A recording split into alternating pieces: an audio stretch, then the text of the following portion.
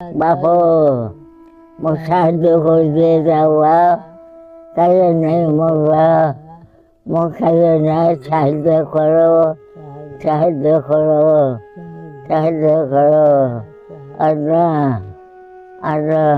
বয়সের ভারে নুয়ে পড়েছে 90 বছর বয়সী অসহায় আবিরন বেওয়া। বহু বছর আগে স্বামীকে হারিয়েছেন তিনি। 3 কন্যার মধ্যে একজনের বিয়ে হয়েছে, আর বাকি 2 মেয়ে প্রতিবন্ধী। দুঃখজনক হলেও এটাই সত্য। এই অসহায় পরিবারটি নেই কোনো বয়স্ক ভাতা, নেই কোনো প্রতিবন্ধী ভাতার সুবিধা। কুড়িগ্রাম সদর উপজেলার জমেরখুঁটি গ্রামে এই অসহায় পরিবারটি আজ চরম কষ্টে দিন পার করছেন। মাথা গোঁজার মতো নেই নিরাপদ ঘর, খাদ্যের অভাব তাদের নিত্য সঙ্গী, আর বার্ধক্যজনিত নানা রোগে আক্রান্ত, নেই চিকিৎসার সুব্যবস্থা। আসুন আমরা মানবতার হাত বাড়িয়ে দেই।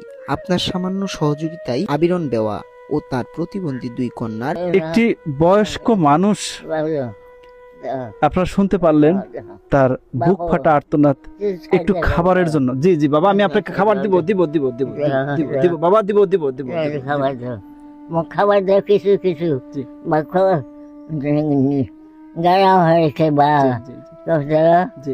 করে পার না দর্শক তোমার জি জি, আপনারা শুনতে পাচ্ছেন অসহায় বৃদ্ধার বুক ফাটা আর্তনাদ। বাপ হলে হল সে 10 বেলা তলা, হলে হল জি জি জি বাবা দিচ্ছি।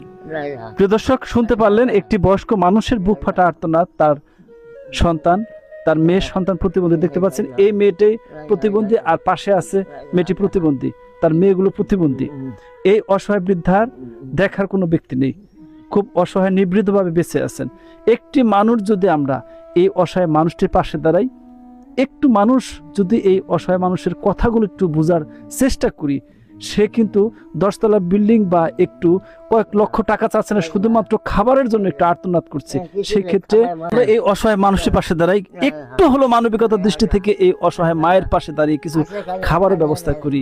যে মানুষগুলো 2026-এ বসবাস করলেও তারা সমাজ থেকে অনেক পিছিয়ে আছে, তারা তাদের আর্থিক সংকটের ভয়ে, তা আর্থিক সংকটের কারণে তারা চলাফেরা করতে পারছে না, তারা খেতে পারছে না। সেক্ষেত্রে সকলে এগিয়ে আসবেন সে প্রত্যাশা করে, যেখান থেকে যতটুকু পারেন এগিয়ে আসবেন।